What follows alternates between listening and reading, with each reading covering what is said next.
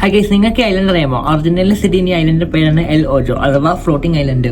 എന്നുവെച്ചാൽ 2016 ഈ ഒരു ഐലൻഡ് ആദ്യം കണ്ടുപിടിക്കുന്നത്. ഈ ഐലൻഡ് കണ്ടുപിടിക്കുന്ന ഒരു ഫിലിം മേക്കറാണ് സെർജിയോ.